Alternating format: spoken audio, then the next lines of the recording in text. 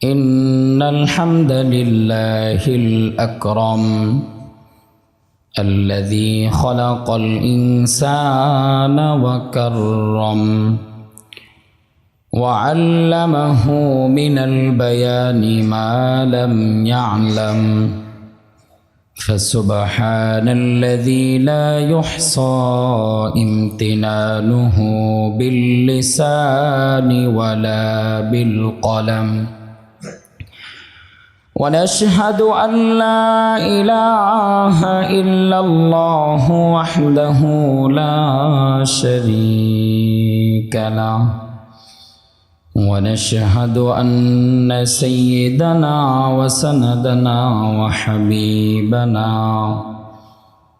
وطبيبنا وطبيب ربنا وأولانا ومولانا محمدا عبده ورسوله الذي أرسله بالحق بشيرا ونذيرا وداعيا إلى الله بإذنه وسراجا وقمرا منيرا أما بعد فأعوذ بالله من الشيطان الرجيم بسم الله الرحمن الرحيم قل يا عبادي الذين أسرفوا على أنفسهم لا تقنطوا من رحمة الله إن الله يغفر الذنوب جميعا إنه هو الغفور الرحيم وقال رسول الله صلى الله عليه وسلم التائب من الذنب كمن لا ذنب له أو كما قال عليه الصلاة والسلام সকলে মোহাব্বতের সাথে দুরূদ ইব্রাহিম পাঠ করি اللهم صل على محمد وعلى آل محمد كما صليت على إبراهيم وعلى آل إبراهيم إنك حميد مجيد اللهم بارك على محمد وعلى آل محمد كما باركت على إبراهيم وعلى آل إبراهيم إنك حميد مجيد حجر में शजर में حجر में शजर में तेरे रंग बो है जिधर दिखता हूँ मैं उधर तू ही तू है हजर में शजर में तेरे रंग बो है जिधर दिखता हूँ मैं उधर तू ही तू है बलगल उला बिकमालिह कशफद दुजा बिजमालिह हसनत जमीअ खिसालिह सल्लु अलैहि व आलिहि अल्हम्दुलिल्लाह मुअज़्ज़ज़ मुहतरम मुसल्लिन इकराम মহান রব্বুল আলামিনের আলিশার দরবারে শুকরিয়া আদায় করছি যে মহান রব আমাদেরকে পৃথিবীর সমস্ত দুনিয়াবী সকল প্রকার কাজকর্ম থেকে ফারেক করে তার হুকুম পালন করার জন্য মসজিদে আসার এবং বসার তৌফিক দান করেছেন এই জন্য সকলেই অন্তরের অন্তরস্থল থেকে শুকরিয়া আদায় করে বলি আলহামদুলিল্লাহ। দরুদ ও সালাম পাঠ করছি সেই মহা মানব, শ্রেষ্ঠ মানব, রহমতুল্লিল আলামিন, সৈয়দুল মুরসালিন, খাতামুন নবী মুহাম্মদুর রাসূলুল্লাহ সাল্লাল্লাহু আলাইহি ওয়াসাল্লামের উপর আল্লাহ পাক রব্বুল ইজ্জতের কাছে সবচাইতে দামি, সবচাইতে মূল্যবান ওই জীবন, যেই জীবনের মধ্যে গুনাহের কোনো কালিমা নাই। অর্থাৎ আল্লাহর কাছে প্রিয় হচ্ছে গুনাহমুক্ত জীবন। কি জীবন? গুনাহমুক্ত জীবন আল্লাহর কাছে দামি এবং প্রিয় সম্পদ।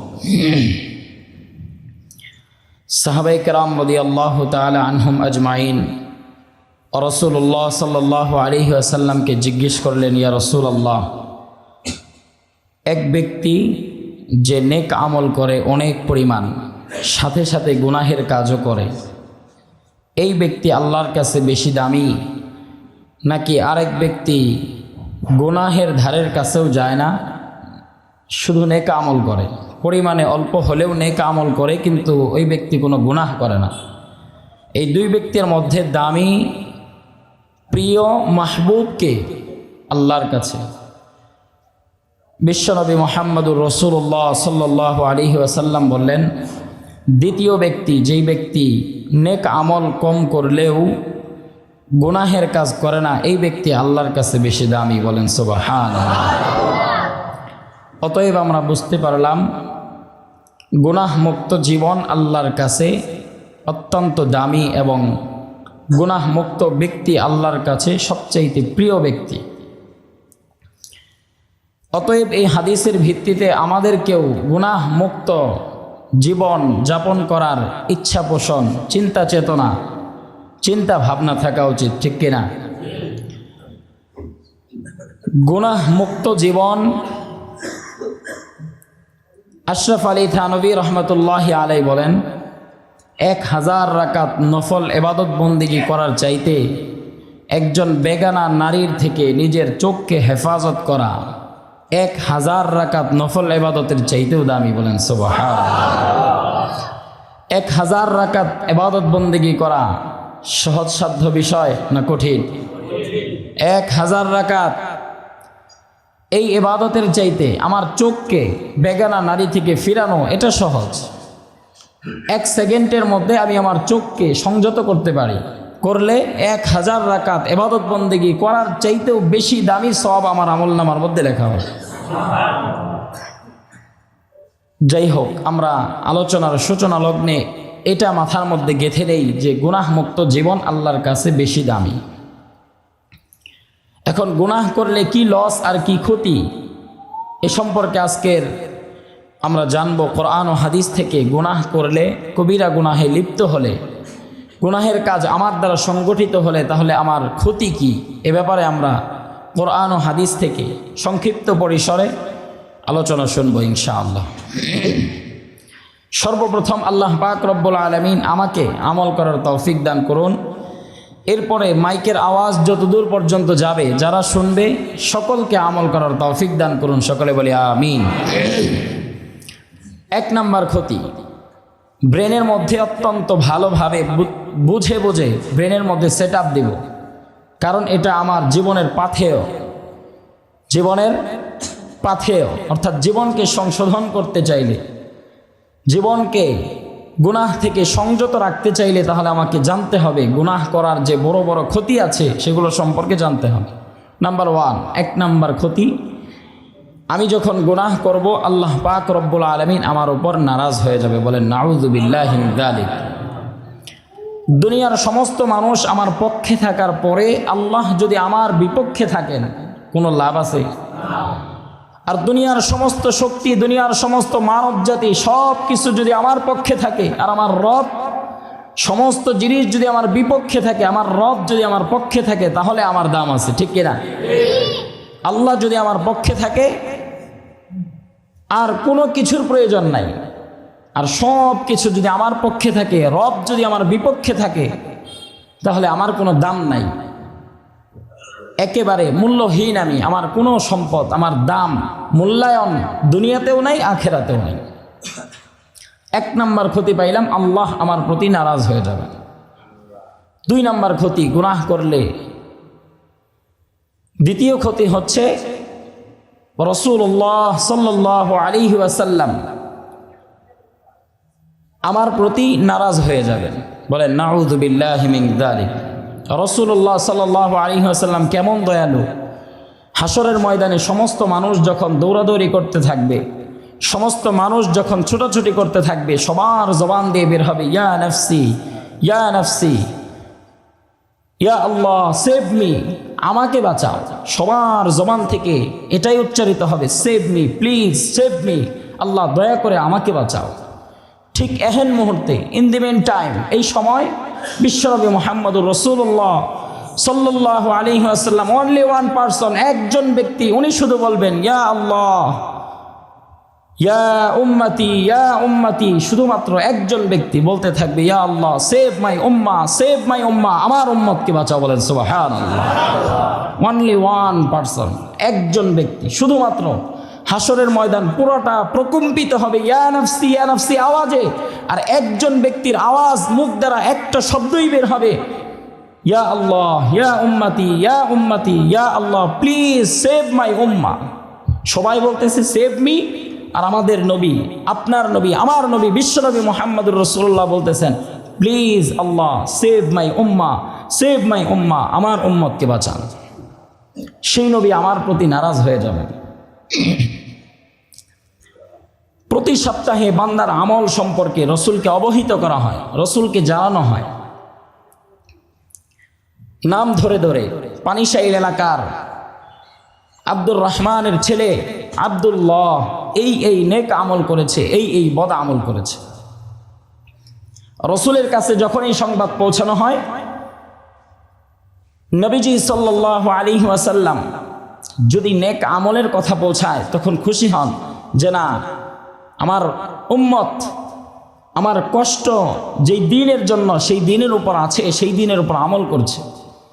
আর যদি নাফরমানি করে, গুনাহ করে, সেই সংবাদ পড়ার পর রসুল নারাজ হয়ে যান, বলেন এই জন্যই কি আমি উহুদের যুদ্ধে দান্দান মোবারক শহীদ করেছিলাম?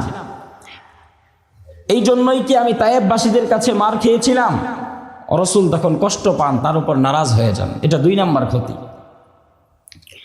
গুনাহ করার আগে এটা ভাববো যে আমি যে গুনাহ করছি এর দ্বারা আমি কি কি ক্ষতি আমার হচ্ছে, কি কি ক্ষতি আমি নিজের করছি, এই সম্পর্কে আমি নিজেকে প্রশ্ন করব এবং ভাববো, রিয়ালাইজ করব।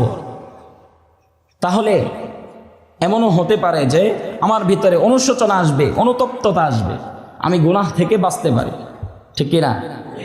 কোনো বিষয় সম্পর্কে যদি কেউ অনুশোচনা আসে তাহলে সে সেখান থেকে ফিরতে পারে। আর যদি অনুশোচনাই না আসে, সে যে গুনাহ করছে এটা গুনাহই মনে হচ্ছে না, তাহলে সে সেখান থেকে ফিরবে না, ফিরার আশাও নেই। নাম্বার 3 নাম্বার ক্ষতি, শয়তান আমাদের প্রতি সন্তুষ্ট হয়ে যায়। কে খুশি হয়? অথচ শয়তান খুশি হওয়ার কথা ছিল না। কারণ রব্বে কাবা, রব্বে করিম, কোরআনুল করিমের মধ্যে সূরাত ইয়াসিনের মধ্যে স্পষ্ট ভাষায় ঘোষণা দিয়েছেন। আল্লাহ বলেন ইন্নাহু লাকুম আদুউম মুবিন। আল্লাহ বলেন ইন্নাহু, নিশ্চয় শয়তান, লাকুম, তোমাদের জন্য, আদুউম মুবিন, প্রকাশ্য দুশমন। নতিজা, ফলাফল কি আসলো? যাকে খুশি করার কথা ছিল তাকে আমি নারাজ করে ফেললাম, আর যাকে নারাজ করার কথা ছিল তাকে আমি খুশি করে ফেললাম। ঠিক কিনা? আল্লাহ এবং আল্লাহ রসুলকে খুশি করার কথা ছিল। রসুল বলেন লা ইউমিনু আহাদুকুম হাত্তা আকুনা আহাব্বা ইলাইহি মিন ওয়ালিদিহি ওয়া ওয়ালাদিহি ওয়ান নাসি আজমাইন। দুনিয়ার সমস্ত মানব জাতি, মা বাবা থেকে, নিজের থেকে বেশি দামি, বেশি মহাব্বতের বস্তু যতক্ষণ আমি নবী না হব ততক্ষণ পর্যন্ত ঈমান পরিপূর্ণ হবে না। ভালোবাসা, মহাব্বতের কথা ছিল আল্লাহ এবং আল্লাহ রসুলকে, তাকে আমরা নারাজ করে ফেললাম গুনাহ করার কারণে, নাফরমানি করার কারণে। আর যে শয়তান আমার প্রকাশ্য দুশমন, সেই শয়তান আমার প্রকাশ্য দুশমনকে আমি খুশি করে ফেললাম। এটা 3 নাম্বার ক্ষতি। নাম্বার 3, শয়তানকে আমি খুশি করে ফেললাম। এটা নিজের বিবেককে বোঝাতে হবে যে আমি গুনাহ যে করছি এর দ্বারা আমার কি কি ক্ষতি হচ্ছে। 4 নাম্বার ক্ষতি, আমি যে জমিনের উপর বসে গুনাহ করছি সেই জমিন আমার বিপক্ষে কিয়ামতের ময়দানে সাক্ষী দিবে। জমিন আমার বিপক্ষে সাক্ষী দিবে। আল্লাহ পাক রব্বুল আলামিন সূরাতু জিলজাল 30 নম্বর পারায় আল্লাহ তাআলা বলেছেন, ইয়াউমা ইযিন তুহাদ্দিসু আখবারাহা। আল্লাহ বলেন ইয়াউমা ইযিন তুহাদ্দিসু আখবারাহা, সেই দিন জমিন সব কিছু বলে দিবে। আমার উপরে বসে আপনার এই বান্দা ওজনে কম দিয়েছিল, জমিন সাক্ষী দিবে। বাঁচার উপায় থাকবে? জমিন সাক্ষী দিবে। আমার উপরে বসে ঘুষের টাকা লেনদেন করেছিল, সেই দিন জমিন আমার বিপক্ষে সাক্ষী দিবে। এই জমিন সাক্ষী দিবে আমার উপরে বসে তার ভাইয়ের সম্পদ থেকে সে তার ভাইকে ঠকিয়েছিল, সিগনেচার করেছিল মিথ্যা কথা বলে, জমিন সাক্ষী দিবে।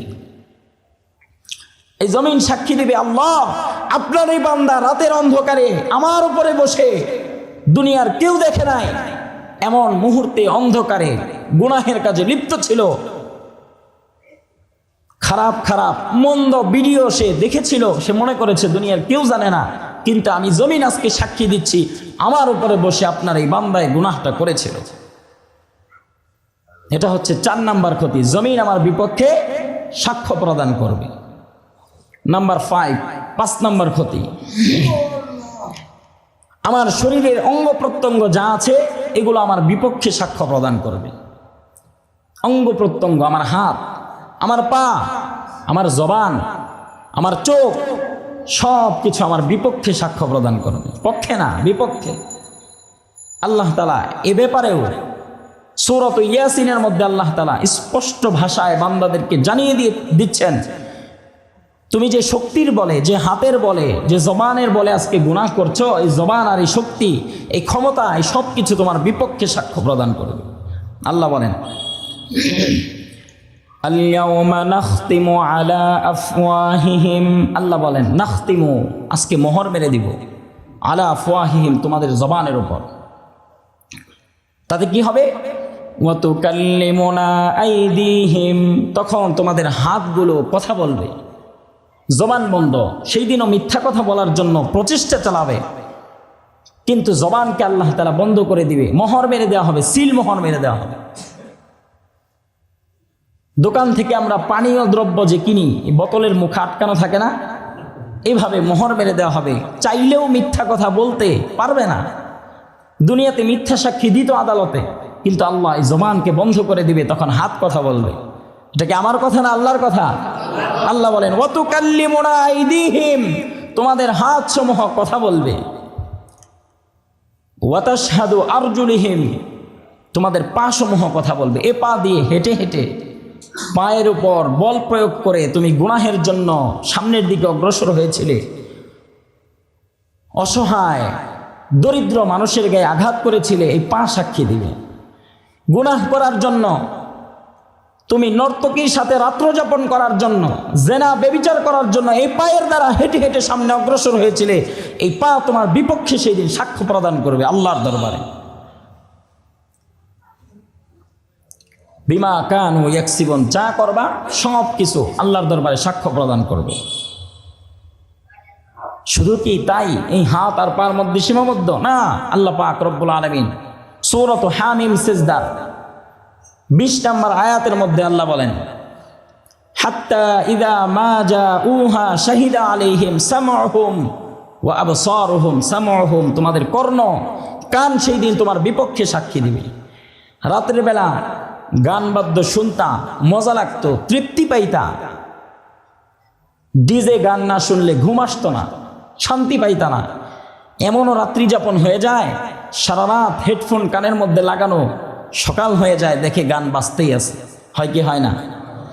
যারা ওয়াজ শুনে তাদের ক্ষেত্রেও হয়, যারা তেলাওয়াত শুনে তাদের ক্ষেত্রেও হয়, আবার যারা গান বাদ্য শুনে তাদের ক্ষেত্রেও হয়। এই অবস্থায় যদি ওই গান বাদ্য ওয়ালার মৃত্যুবরণ হয়ে যায়, আস্ক ইউ, নিজেকে প্রশ্ন করো, আপনি আপনাকে প্রশ্ন করেন, এই অবস্থায় যদি আমার মরণ চলে আসে তাহলে আমি আল্লাহর দরবারে কি প্রশ্নের জবাব দিব? কানের ভিতরে ইয়ারফোন লাগা অবস্থায় যদি আমার মরণ চলে আসে, জবাব দেওয়ার মতো কিছু থাকবে? কিছুই থাকবে না। সামউহুম ওয়া আবসারুহুম, চক্ষুসমূহ আমার বিপক্ষে সাক্ষী দিবে। এই চোখ সারাদিন গুনাহ করতেই থাকে, ঘুম থেকে জাগ্রত হওয়ার পর থেকে আবার ঘুমানো পর্যন্ত শুধু চোখ গুনাহ করতেই থাকে, করতেই থাকে। এই চোখ আমার বিপক্ষে কিয়ামতের ময়দানে সাক্ষ্য প্রদান করবে।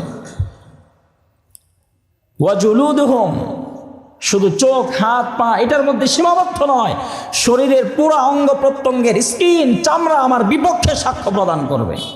লজ্জাস্থান পর্যন্ত, দুই পায়ের রান, যে রানের চিপা দিয়ে আমি গুনাহের কাজে লিপ্ত হইলাম, এই দুই রান আমার বিপক্ষে সাক্ষ্য প্রদান করবে। আপনি তো মনে করতেছেন আমি গুনাহের জন্য, জেনা ব্যভিচার করার জন্য আমি এমন এক ঘরের মধ্যে গেলাম, সবাই আমাকে সেফটি ফার্স্ট, সব দিক থেকে আমাকে প্রোটেক্ট করছে, বাট আল্লাহ পাক রব্বুল আলামিনের দরবারে আপনার শরীর, আপনার স্কিন, আপনার চামড়া বিপক্ষে সাক্ষ্য প্রদান করবে। সেই দিন কোনো প্রোটেকশন, কোনো প্রোটেক্ট আপনাকে বাঁচাতে পারবে না, সেই দিন ধরা খেতেই হবে। ঠিক কিনা? আল্লাহ তাআলা এটা বলতেছে। এরকমভাবে আল্লাহ তাআলা অঙ্গ প্রত্যঙ্গের কথা বিভিন্ন জায়গায় বলেছেন যে তোমার অঙ্গ প্রত্যঙ্গ তোমার বিপক্ষে কিয়ামতের ময়দানে মামলা দায়ের করবে, সাক্ষ্য প্রদান করবে। সেদিন পালাবার, বাঁচার কোনো স্কোপ, কোনো সুযোগ, কোনো কিছুই তোমার বাকি থাকবে না। এটা কয় নাম্বার ক্ষতির কথা বললাম? 5 নাম্বার। একটু মনোযোগ হই। 6 নাম্বার ক্ষতি, নাম্বার 6, 6 নাম্বার ক্ষতি, ফেরেশতারা আমার বিপক্ষে সাক্ষ্য প্রদান করবে। আল্লাহ বলেন কিরামান কাতিবিন, তোমার 2 কাঁধের মধ্যে ফেরেশতা নিযুক্ত করা ছিল। অনলি 2 পারসন, মাত্র 2 জন ফেরেশতা নো, আরো ফেরেশতা। আপনি যখন ঘুমন্ত ছিলেন, ঘুমিয়েছিলেন, আপনার নাকের ছিদ্র আছে না নাই? কানের ছিদ্র আছে না নাই? কখনো কি নাকের ছিদ্র দিয়ে কোনো পোকামাকড় ঢুকেছিল? কানের ছিদ্র দিয়ে ঢুকেছিল? অথচ আমার যেখানে আমি শুয়েছিলাম তার পাশ দিয়েই পিপিলিকার বিশাল এক বহর যাচ্ছে, লাইন ধরে তারা দলবদ্ধভাবে যাচ্ছে। একটা পিপিলিকাও আমার কানে ঢুকলো না, একটা মশা, একটা মাছি আমার মুখ দিয়ে ঢুকলো না। আমি হাঁ করে ঘুমাইলাম, ঢুকলো না। কেন ঢুকে নাই? ফেরেশতা আল্লাহ নিযুক্ত করেছেন, আমার বান্দা ঘুমাইতেছে, তার ঘুমের মধ্যে যাতে কোনো ব্যাঘাত না ঘটে, কোনো ক্ষতি সাধন না হয়, তোমরা তাকে প্রোটেক্ট করো, তাকে বাঁচাও, তাকে রক্ষণাবেক্ষণের দায়িত্বে তোমরা থাকো। সেই ফেরেশতারা আমার বিপক্ষে সাক্ষ্য প্রদান করবে। ফেরেশতারা আমার বিপক্ষে সাক্ষ্য প্রদান করবে। নাম্বার 6। নাম্বার 7, ফেরেশতারাও সাক্ষ্য প্রদান করলো আমার বিপক্ষে। 7 নাম্বার ক্ষতি, আমি গুনাহ করলে 7 নাম্বার ক্ষতি হচ্ছে আমার কাছে নেক আমলগুলি ভালো লাগবে না, বদ আমলগুলি ভালো লাগতে থাকবে। আগে আমার কাছে মুস্তাহাব আমল ভালো লাগতো, জিকির করা ভালো লাগতো, বাট এখন আমার কাছে গান বাদ্য মজা লাগে। হয় কি হয় না? এখন আমার কাছে নাচ গান, কনসার্ট, এগুলো আমার কাছে ভালো লাগে, এগুলো আমার কাছে মহাব্বতের বস্তু, প্রিয় বস্তু। এটার ক্ষতি। 7 নাম্বার ক্ষতি, গুনাহ করতে থাকলে, গুনাহের উপরে ইসরার করতে থাকলে, বারবার বারবার গুনাহ যখন করে, পর্যায়ক্রমে একের পর এক তার উপর ক্ষতি সাধন হয়, ইফেক্ট করে। প্রথম ক্ষতি, প্রথম ধাপে তার কাছে মুস্তাহাব আমল মজা লাগে না, ভালো লাগে না, ছেড়ে দেয়, বলে মুস্তাহাবই তো, সমস্যা নাই, ছেড়ে দেয়। বুঝতে হবে এটা গুনাহের ইফেক্ট, গুনাহের ক্ষতি আমার উপর প্রয়োগ হচ্ছে, এই জন্য আমার কাছে মুস্তাহাব আমল ভালো লাগে না। পর্যায়ক্রমে একের পর এক সুন্নত আমল আর ভালো লাগে না। আগে সুন্নত আদায় করতো, জামা পরিধান করার সময় দোয়া চলে আসতো, আলহামদুলিল্লাহিল্লাযী কাসানি হাযা ওয়া রাযাকানিহি মিন গায়রি হাওলিন মিন্নি ওয়ালা কুওয়া। জামা পরিধান করার সময় দোয়া চলে আসতো, জুতা পরিধান করার সময় ডান পা দিয়ে জুতা পরিধান করত, মসজিদে প্রবেশ করার সময় দোয়া পড়তো, মসজিদ থেকে বের হওয়ার সময় দোয়া পড়তো, ইস্তিনজায় যাওয়ার সময় দোয়া পড়তো, খাবারের শুরুতে দোয়া পড়তো। কিন্তু গুনাহ করতে করতে করতে করতে এমন এক অবস্থা তৈরি হবে, সুন্নত আমল আর তার কাছে ভালো লাগবে না। মসজিদে আসে ঠিকই, ফরজ পরে দৌড় দেয়, আগের সুন্নত পড়ে না, পরের সুন্নত পড়ে না। এখন তার প্রয়োজন নাই, নো নিড সুন্নত। আগে প্রয়োজন ছিল, এখন প্রয়োজন নাই। বুঝতে হবে গুনাহের আসর প্রভাব তার উপর আস্তে আস্তে প্রয়োগ হচ্ছে। এরপর গুনাহ যদি করতে থাকে, ফিরে না আসে, আল্লাহ পাক রব্বুল আলামিন তার থেকে ওয়াজিব আমলকে ছুটিয়ে নেন। দেখবেন ফরজ পড়ে, সুন্নত পড়ে, বাট ওয়াজিব নামাজ পড়ে না, বেতের না পড়েই চলে যায়। ঈদের নামাজ আদায় করে না। ঈদের নামাজের ময়দানে যতগুলো মুসল্লি থাকে তার চাইতে 3 গুণ 4 গুণ মেলার মধ্যে মানুষ থাকে, ঘুমের মধ্যে মানুষ থাকে।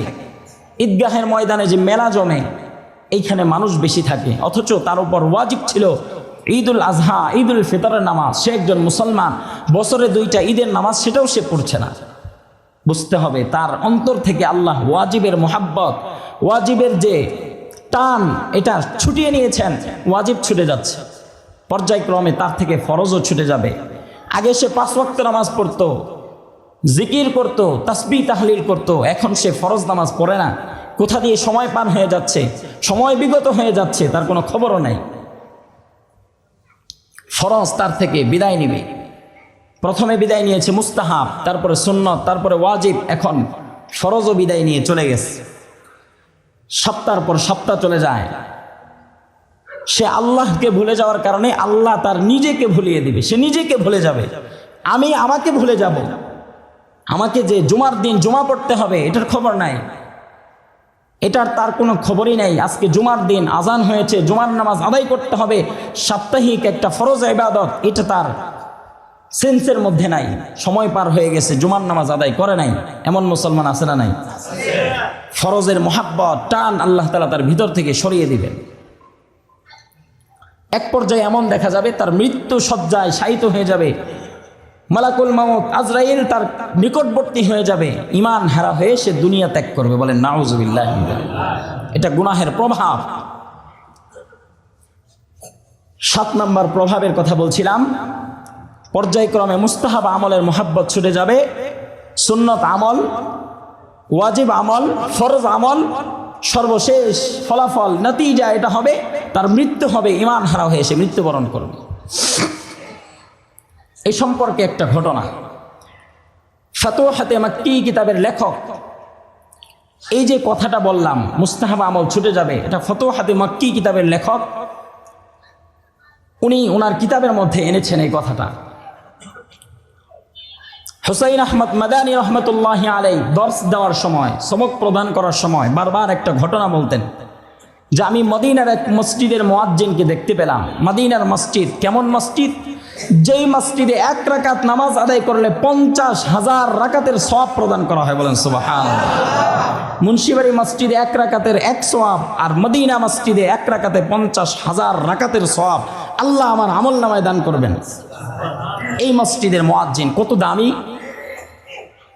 কতটুকু মকবুল, কতটুকু প্রিয়, কতটুকু দামি হইলে সে এই মসজিদের মুয়াজ্জিন হতে পারে, যেই মসজিদের ইমাম ছিলেন স্বয়ং মুহাম্মদুর রাসূলুল্লাহ সাল্লাল্লাহু আলাইহি ওয়াসাল্লাম, যেই মসজিদের ইমাম ছিলেন আবু বকর, যেই মসজিদের ইমাম ছিলেন ওমর ফারুক অর্ধজাহানের বাদশা, যেই মসজিদের ইমাম ছিলেন আলী রাদিয়াল্লাহু তাআলা আনহু, যেই মসজিদের ইমাম ছিলেন ওসমান বিন আফফান রাদিয়াল্লাহু তাআলা আনহু, সেই মসজিদের মুয়াজ্জিন।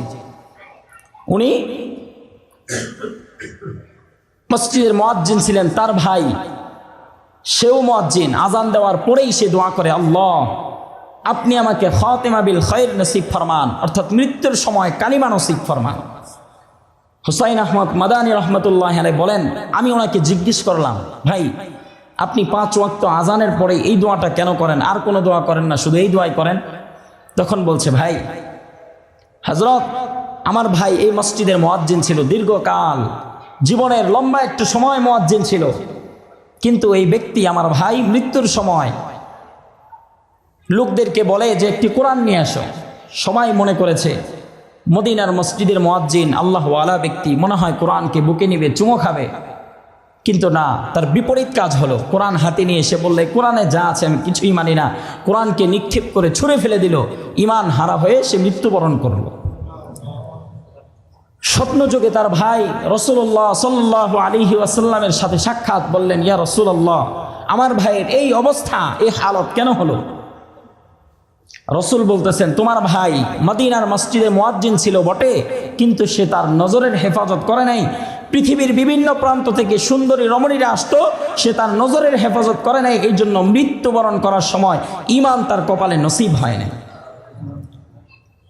মদিনার মসজিদের মুয়াজ্জিন যদি নজরের হেফাজত না করার কারণে রেহাই না পায়, আমি আর আপনি গোনার বাহিরে, ঠিক কিনা? 24 ঘন্টায় এই নজরের গুনাহ হচ্ছে। গুনাহ করার জন্য আগে গুনাহ করতে হইতো মাসে মাসে, বেতন হওয়ার পরে সিনেমা দেখার জন্য হলে যাওয়ার প্রয়োজন হইতো। কোথাও কোনো টিভি ছিল না, মাসিক 2 মাস পর পর 3 মাস পর পর জীবনসঙ্গীকে নিয়ে আনন্দ ফুর্তি করার জন্য হলে যাইতে হইতো গুনাহ করার জন্য। যুগের উৎকর্ষতায়, যুগের উন্নতি সাধন হওয়ার পর এখন ডিভাইস চলে আসছে, টিভি। এই টিভি নামক ডিভাইসের মাধ্যমে মাসিক গুনাহকে সপ্তাহে রূপান্তরিত হলো। সপ্তাহে একবার গুনাহ করে সারা সপ্তাহ অপেক্ষায় থাকে, ওয়েটিংয়ে থাকে, কবে শুক্রবার আসবে, ফ্রাইডে কবে আসবে, সেই দিন আমি সিনেমা দেখব, ঠিক কিনা? আগে অপেক্ষা করেন না আপনারা? কথা বলে না, অপেক্ষা করেন নাই? শুক্রবার দিন সিনেমা হয়, এছাড়া সপ্তাহের মাঝখানে সিনেমা হয় না। বিটিভিতে সবাই অপেক্ষমান, শুক্রবার দিন দেখবে। এই সাপ্তাহিক গুনাহ যুগের উৎকর্ষতায় উন্নতি সাধন হওয়ার পর ডিশ লাইন চলে আসলো। এবার গুনাহ করার জন্য সাপ্তাহিক ওয়েট করার প্রয়োজন নেই, প্রতিদিন গুনাহ করার জন্য, ডেইলি গুনাহ করার জন্য ডিশ লাইন চলে আসছে। এখন প্রতিদিন মুভি দেখা যায়, প্রতিদিন সিনেমা দেখা যায়। মাসের জন্য ওয়েট করতে হয় না, সপ্তাহের জন্য ওয়েট করতে হয় না, দৈনন্দিন প্রতিদিন গুনাহ করা যায়, ঠিক কিনা? এরপর যুগ আরো উন্নত হতে থাকলো, আরো বেশি ডেভেলপ হতে থাকলো। ডেভেলপের এমন পর্যায়ে আসলো, এই দৈনন্দিন গুনাহকে ঘন্টায় রূপান্তরিত করার জন্য স্টার জলসা, জি বাংলা এমন কিছু চ্যানেল বের হলো, প্রতি ঘন্টায় গুনাহ করার জন্য প্রস্তুত, গুনাহ করে। এমনকি 1 ঘন্টা যদি মিস হয়ে যায়, সেটার কাজা কাফারা স্বরূপ সকালবেলা আবার দেখে, রিপিট করে, ঠিক কিনা? ঘন্টায় রূপান্তরিত হলো। যুগের উন্নতি, ডেভেলপ হচ্ছে।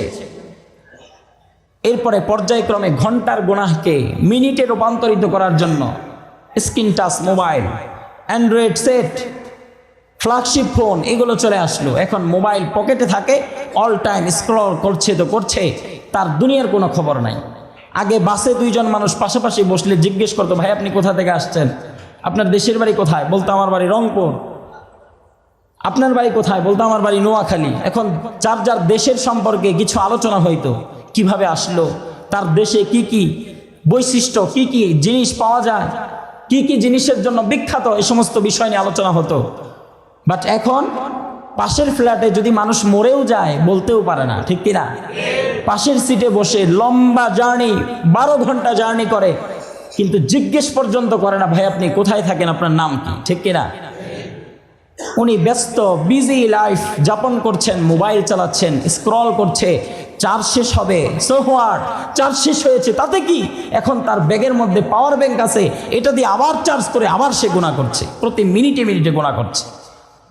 আপনি বলবেন, হুজুর আমি গুনাহ করব না, আমি ওয়াজ শুনবো, শুধু তেলাওয়াত শুনবো। আপনাকে দিয়ে ঘাড় ধরে গুনাহ করাবে। ওয়াজ চলাকালীন অ্যাড চলে আসবে, সেই অ্যাড কাটা, স্কিপ করার সুযোগ নাই, চলবে, অ্যাড চলতেই থাকবে, ঠিক কিনা? আপনি তেলাওয়াত শুনছেন, মক্কার ইমাম অত্যন্ত সুন্দরভাবে সুরলিত কণ্ঠে তেলাওয়াত করছেন, কারি বাসেত তেলাওয়াত পড়ছেন, হঠাৎ অ্যাড চলে আসছে, উলঙ্গ নারীর অ্যাড চলে আসছে, আপনার ক্ষমতা নাই, আপনি কাটবেন।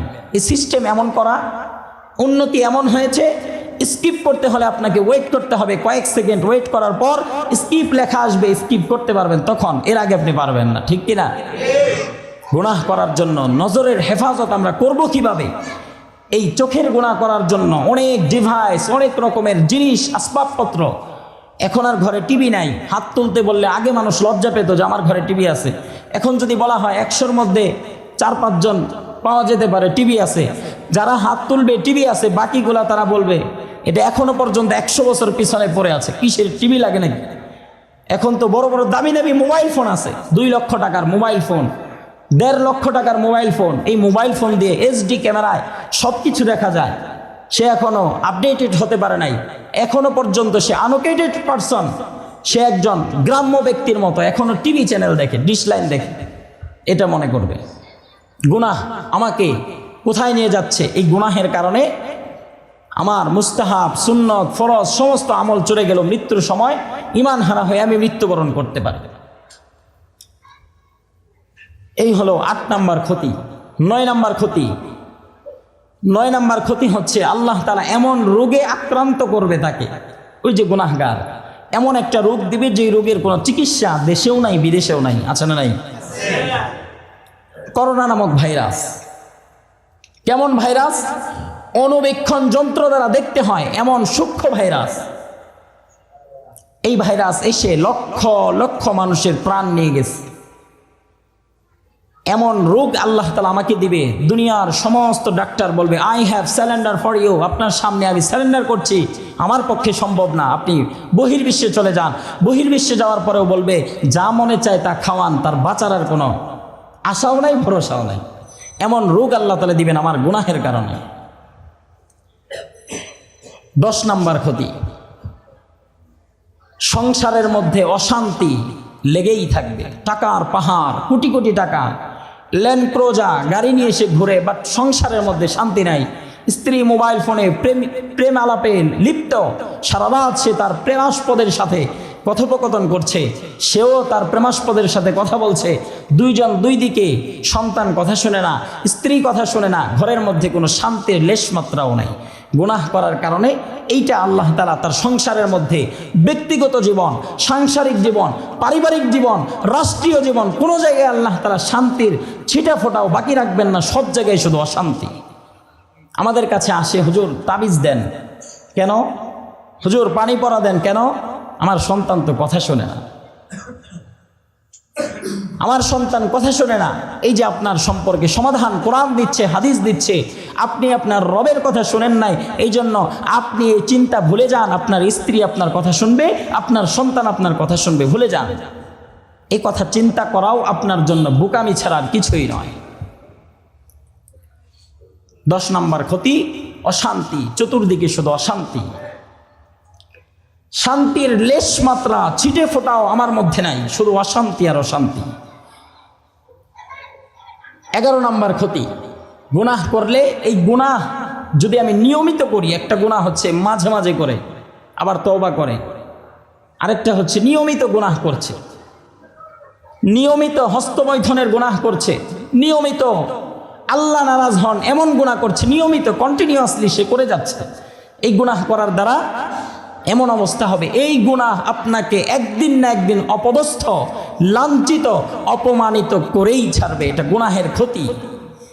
আপনি প্রতিদিন জেনা করছেন, আপনার কাছে টাকা আসলেই আপনি চলে যান জেনা করার জন্য, আপনি মনে করছেন কেউ জানে না। হাই সিকিউরিটি নামক রেস্টুরেন্টে আমি যাচ্ছি, আবাসিক হোটেলে আমি যাচ্ছি, কেউ জানতেছে না, কেউ জানতেছে না, এমন অবস্থা। কিন্তু আপনি মনে রাখেন, আপনার ব্রেনে এটা ঢুকান, আপনি যে গুনাহের উপরে ইসরার করছেন, বারবার করছেন, এই গুনাহ আপনাকে লাঞ্ছিত, অপমানিত না করে থমকে দাঁড়াবে না, থামবে না, আপনাকে অপমানিত করেই ছাড়বে। নাম্বার 12, 12 নাম্বার ক্ষতি। কি ক্ষতি? 12 নাম্বার ক্ষতির কথা হাদিসের মধ্যে আসছে, হালাল রিজিক তার থেকে বঞ্চিত হয়ে যাবে। হালাল রিজিক থেকে সে বঞ্চিত হয়ে যাবে। রিজিক সে অন্বেষণ করবে হারাম পন্থায়। একটা কথা মনে রাখবেন, একটা কথা মাথার মধ্যে এটা ঢুকাবেন, আমার তকদিরে যতটুকু রিজিক আছে, এইটা যতক্ষণ পর্যন্ত আমার কাছে না আসবে, যতক্ষণ পর্যন্ত আমার রিজিক আমার উপর পূর্ণাঙ্গ না হবে, ততক্ষণ পর্যন্ত মালাকুল মউত আমার কাছে আসবে না, আমার মৃত্যু হবে না। যতক্ষণ পর্যন্ত আমার রিজিক শেষ না হবে, ততক্ষণ পর্যন্ত মৃত্যু আসবে না। অতএব আজকে যদি আমি 10 তলা বিল্ডিং করে থাকি সুদের টাকা দিয়ে, আজকে যদি আমি 10 তলা বিল্ডিং করে থাকি ঘুষের টাকা দিয়ে, বুঝতে হবে আমার রিজিকে 10 তলা বিল্ডিং ঠিকই ছিল, কিন্তু আমি এটাকে হালাল রিজিকে নয় বরং অবৈধ পন্থায় অর্জন করেছি। কোটি কোটি টাকার মালিক, আপনি বলবেন ভাই টাকা কোথা থেকে আসলো? সে বলবে ব্যাংক থেকে লোন নেওয়া, ব্যাংক থেকে লোন নেওয়া। তার রিজিকে যদি ভবন, 5 তলা ভবন থেকে থাকে, আসবে। হালাল পন্থায় অন্বেষণ করার কথা ছিল, কিন্তু ব্যাংক থেকে লোন নিয়ে সে বাড়ি করেছে, বাড়ি হয়েছে ঠিকই, কিন্তু অবৈধ টাকায় হয়েছে, সুদের টাকায় হয়েছে, ঠিক কিনা? আর যদি সে ওয়েট করতো, ওয়েট, জাস্ট ওয়েট, আল্লাহর পক্ষ থেকে আসবেই আসবে। এই 10 তলা বাড়ির মালিক হবেই সে, তার রিজিকের মধ্যে আছে, সে হবে অবশ্যই, কিন্তু বৈধ পন্থায় মালিক হইতো। কিন্তু আমাদের মধ্যে তো তাড়াহুড়া ঝটফট কাজ করতে হবে, ভেরি ফাস্ট, যত তাড়াতাড়ি হবে তত তাড়াতাড়ি সম্ভব। এই জন্য ফাস্ট যদি হতে হয়, তাড়াতাড়ি যদি করতে হয়, আল্লাহর উপর দিয়ে বাড়াবাড়ি যদি করতে হয়, আমার কাছে রিজিক আসবে অবৈধ পন্থায়। এইটা হচ্ছে গুনাহের ক্ষতি। গুনাহ করলে অবৈধ পন্থায় হালাল রিজিক থেকে আল্লাহ বঞ্চিত করবেন। হারাম রিজিক, তার কাছে আসবে হারাম রিজিক, টাকার পাহাড়। কয়েকটা গাড়ি, স্ত্রী একটা ব্যবহার করে, ছেলে একটা ব্যবহার করে, মেয়ে একটা ব্যবহার করে, সে একটা ব্যবহার করে, কাপড় চোপড়ের মতো গাড়ি পাল্টায়। মার্কেটে লঞ্চ হওয়া মাত্রই সর্বপ্রথম আমাকেই কিনতে হবে, এমন প্রতিযোগিতার মধ্যে সে নিমজ্জিত হয়েছে। টাকার পাহাড়, বাট সব অবৈধ টাকা, ঠিক কিনা?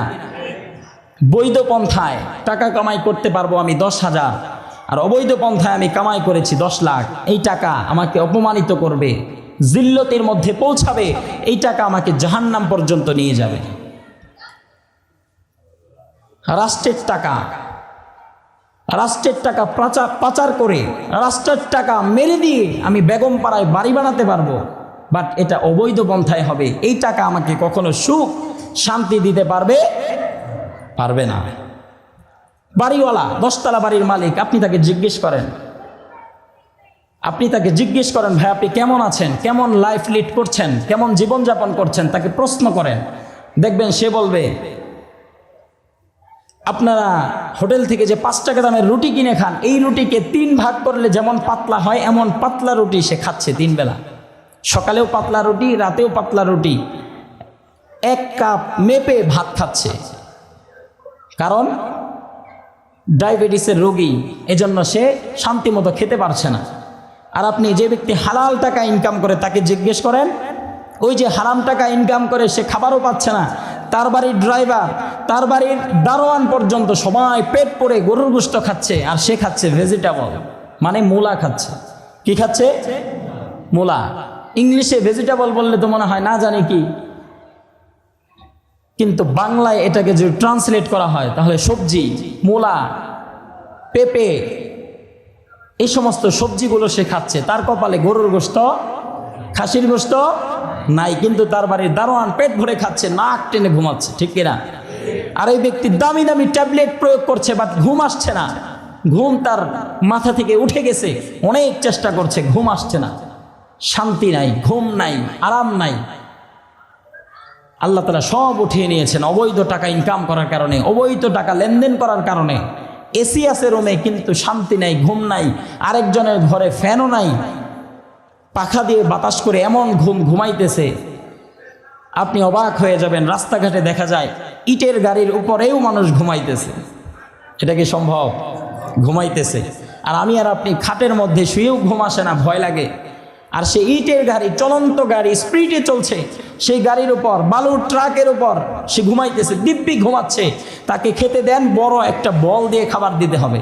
সে পেট ভরে আলুর ভর্তা দিয়ে ভাত খাচ্ছে, তার কোনো রোগ নাই, তার কোনো অসুখ নাই, তার কোনো ডায়াবেটিস নাই, কিন্তু আপনি এত বেছে খাওয়ার পরেও প্রতিদিনই মাপতে হচ্ছে, আমার আউট অফ কন্ট্রোল হয়ে যাচ্ছে, লাইফ লিড করা কষ্ট হয়ে যাচ্ছে। খাবার তো অসম্ভব কথা, রোস্ট পোলাও অসম্ভব কথা। সে মেপে মেপে খাবার খেতে হয়। আল্লাহ তাআলা তার রিজিক ছিনিয়ে এনেছেন, আল্লাহ তাআলা তার শান্তি কেড়ে নিয়েছেন গুনাহ করার কারণে, গুনাহে লিপ্ত হওয়ার কারণে। এই জন্য মুহতারাম হাজরিন, গুনাহের যে সমস্ত বড় বড় ক্ষতির কথা আমরা শুনলাম, এই সমস্ত ক্ষতির কথা নিজের বিবেকের মধ্যে ঢুকাই, এটাকে অংশগ্রহণ করাই, তাহলে আমার অনুশোচনা আসবে, আমি কি করছি, আমি কোন পথে হাঁটছি, আমি কোথায় যাচ্ছি। তখন আমার ভিতরে অনুশোচনা আসবে, ফিরে আসার জল্পনা কল্পনা আসবে যে ওইটার মধ্যে তো কোনো শান্তি নাই। রিক্সাওয়ালা রিক্সা চালিয়ে 300 টাকা কামাই করে সে যেই শান্তিতে জীবনযাপন করছে, কোটি কোটি টাকা ইনকাম করে সে সেই শান্তিতে জীবনযাপন করছে না। একটা বিয়ে করেছে, এক বিয়ে এক স্ত্রী নিয়ে সারা জীবন পার করে দিচ্ছে, সেবা যত্ন সবই করছে, আর আমার কোটি কোটি টাকা, আমার স্ত্রী আমার কথাই শোনে না, পা টিপবে তো দূরের কথা, আমার সেবা করবে তো দূরের কথা।